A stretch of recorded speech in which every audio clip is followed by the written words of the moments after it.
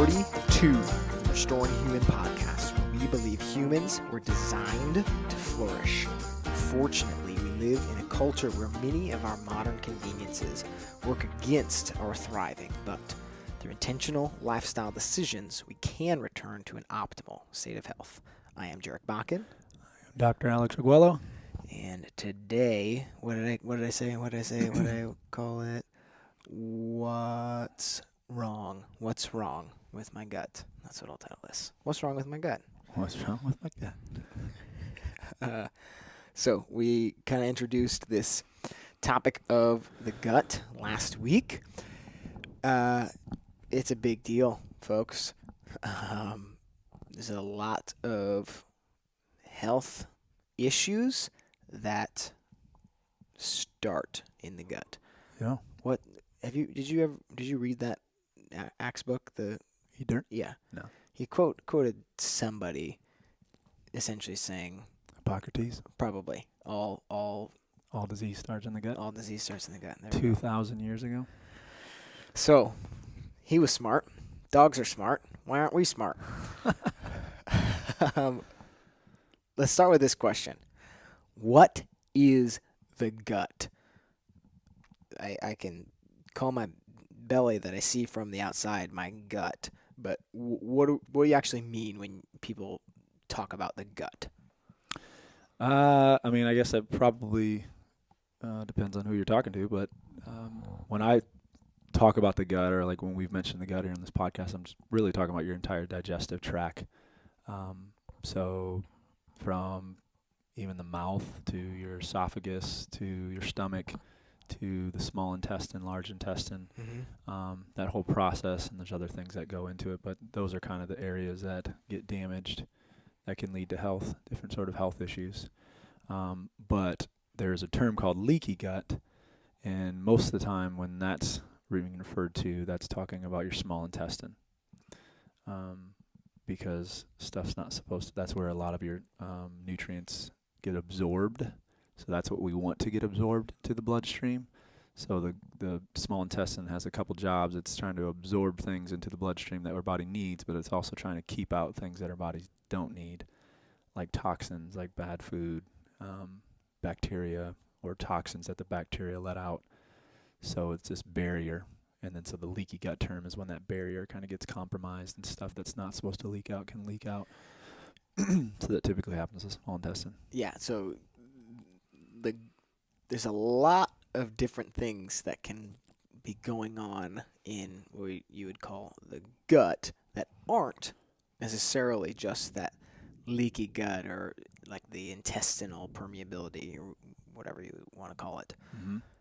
Specifically, the stuff that I was dealing with, it wasn't anything to do, I'm sure I've got problems, but what I was dealing with wasn't in my intestines, it was in my stomach before even that point. Right.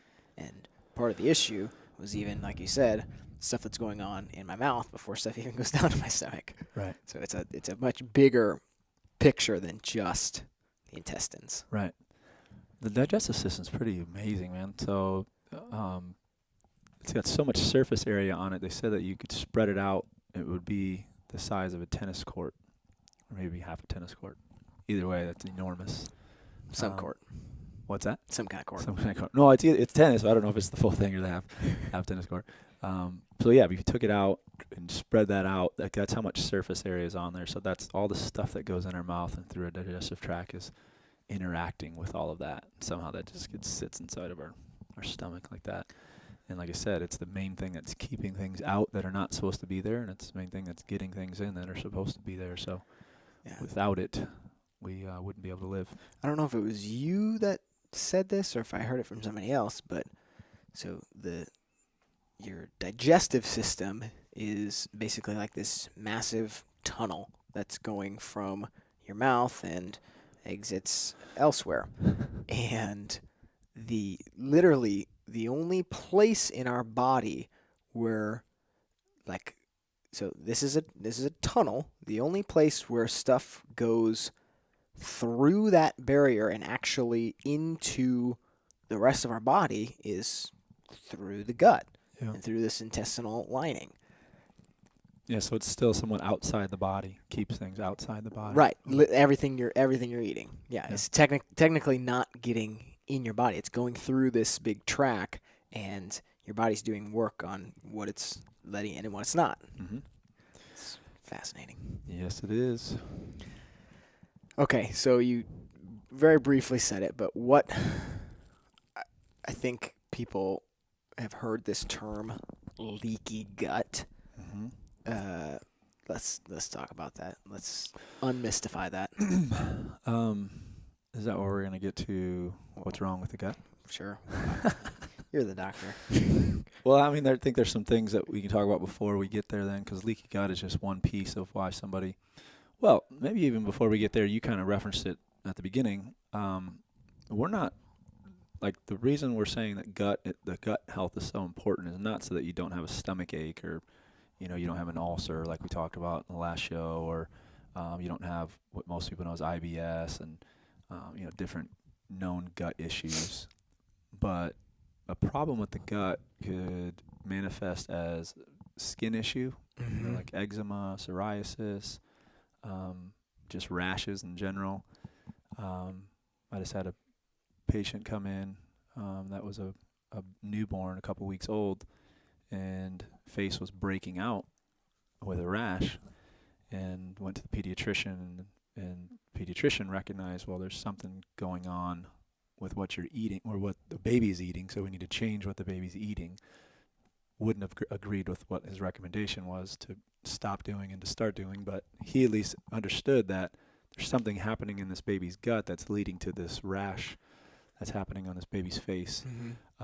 It could lead to joint issues. It could, arthritis, like rheumatoid arthritis for sure, even osteoarthritis, other autoimmune issues that deal with the joints, your spine.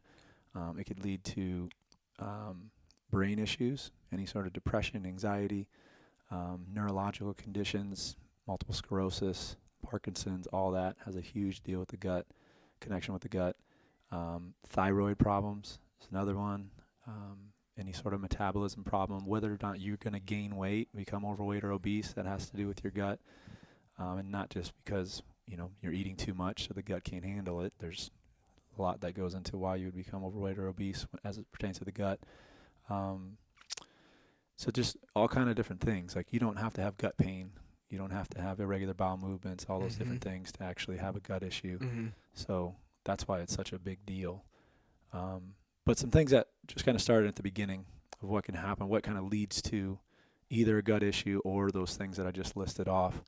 Probably the first thing would be your inability to digest food properly, which gets to the low stomach acid that we talked about last week. So if you have low stomach acid, that's kind of, you're setting yourself up for bad digestion the whole way through, because the stomach is supposed to acidify the food that you eat and get it to a right pH. So then when it gets passed on to the small intestine, it's at the right pH to be able to, again, absorb the nutrients that it needs and get rid of the stuff that it doesn't need, pass that on to the rest of the digestive system to eventually be eliminated. So if you don't have enough stomach acid, your body doesn't start that digestive process, but it also doesn't trigger the next level of it, which would be digestive enzymes. So that the stomach acid, you have to produce it in proper amounts to get the proper digestive enzymes. So if you don't do that, then again, now you haven't digested food properly, and then you're ending up with the next section of the digestive system, which is the small intestine, with undigested food particles, which then just creates inflammation, which is another thing that happens to the gut. If your gut is inflamed, then now your immune system is always reacting, which is just going to lead to more and more problems. All of that kind of puts together, which then can lead to this leaky gut. If your gut is highly inflamed, because if we're just talking about the food that we're eating, undigested food in our gut, then the intestines, instead of this strong barrier, it's going to become, the term is permeable, which is just weakened. It allows things to pass through it that shouldn't, which then gets inside their bloodstream, and your body mounts an immune response to it. And then that's what leads to all those conditions that I listed off there. So yeah, low stomach acid, not proper digestive enzymes being produced, undigested food particles gets to your small intestine, creates inflammation, which then creates leaky gut. Now you set yourself up for a lot of problems. So what is what's the perfect world? How should that function, and then how then is that, because it sounds like it's this from chewing your food, getting it down to your stomach, things happening in your stomach, then the small intestine is where this like barrier is at, that stuff is actually being absorbed into your body. What's the perfect world there? So how that process should happen? Yeah. Yeah. So it actually, the perfect world would be we would see real food. So let's say we see a pepper, green pepper, Mm-hmm. and our body would see that, okay, this is something good to eat, and we would actually start to produce things in our saliva which are already ready to start breaking down that food. So those are some form of digestive enzymes that are produced in our saliva. So that kind of mixes with the food that we put in our mouth, but then we chew properly. Some people say 20 times, other people are up to 40 times that we should be chewing every bite. Most Americans aren't anywhere near that sort of thing. It's something that I'm always talking to my kids about every time we're eating. Chew your food. Chew your food. Probably say it at least 5 times at the dinner table. Because, we don't want to scarf down stuff because it tastes so good. But yeah, chew the food, and then it gets kind of almost liquefied a little bit, but then it passes down and gets into your stomach, where then now the stomach acid's being produced. And then the digestive enzymes are produced. So the proper level of stomach acid, proper pH of stomach acid, proper digestive enzymes. Now it gets into something called chyme, where it's just really liquefied, and then it gets to your intestine. So now it's the more liquefied it is, if the proper digestion has happened, the easier it's going to be to absorb the nutrients in the small intestine. So it absorbs all that, and then it goes on to your large intestine, which is really just where your stool is made. Mm-hmm. Pulls all the or most of the water out of it, and then you would have a normal bowel movement, eliminate what your body doesn't need, and even a lot of the fiber that our body can't digest, can't absorb. That's kind of a perfect world of what should happen when we eat food. So you can see that there's problems with every level of that, right? Sure. We could see food that we shouldn't be eating, and then we could produce those enzymes, but because it was something we shouldn't be eating, the enzymes aren't going to help us. And then we don't chew properly. Now it gets to our stomach. Yeah. And maybe we don't have enough stomach acid, or whatever we ate, just we couldn't produce enough stomach acid even if we were functioning normally. And then we're not producing those digestive enzymes. Gets to our stomach, not digested, leads to all kind of issues. Sure. So the big one, because it kind of seems like the most influential piece, is this small intestine. And it's the way it's designed, it has is permeability the right word? And like the problem is too much? Yeah. Because like how it's designed, that's the point where stuff is being extracted from this channel of the digestive system into the rest of your body. Yep. How is what's the mechanism of like problems there? Well, I think what you're asking is how's that actually leakiness happen? Right, because we're saying that that's the point where stuff needs to pass through there to get into all the different other parts of your body. Yeah.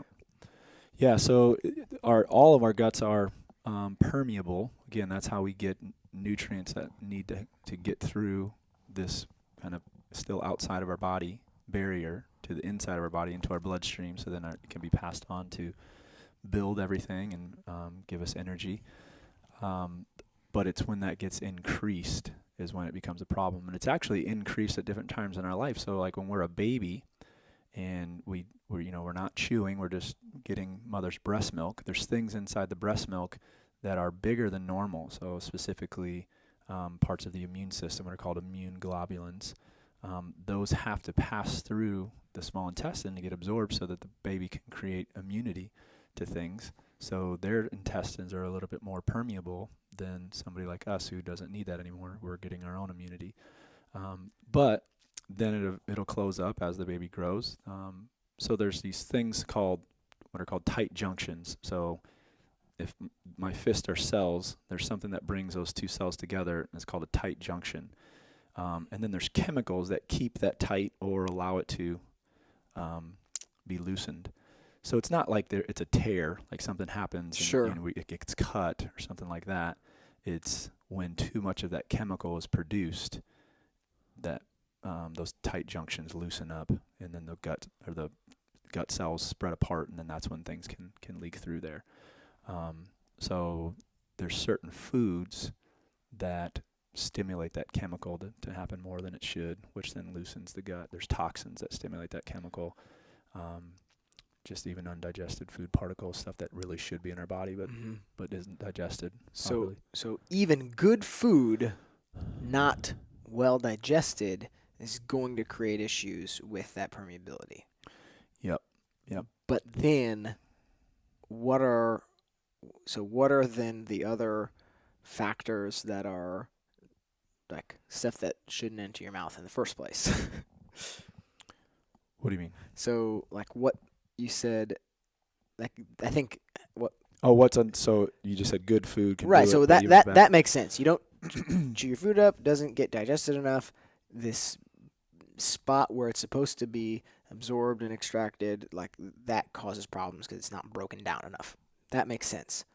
But now, how are other things, like you said, other toxic things affecting that as well? Yeah. I mean, I don't know for sure.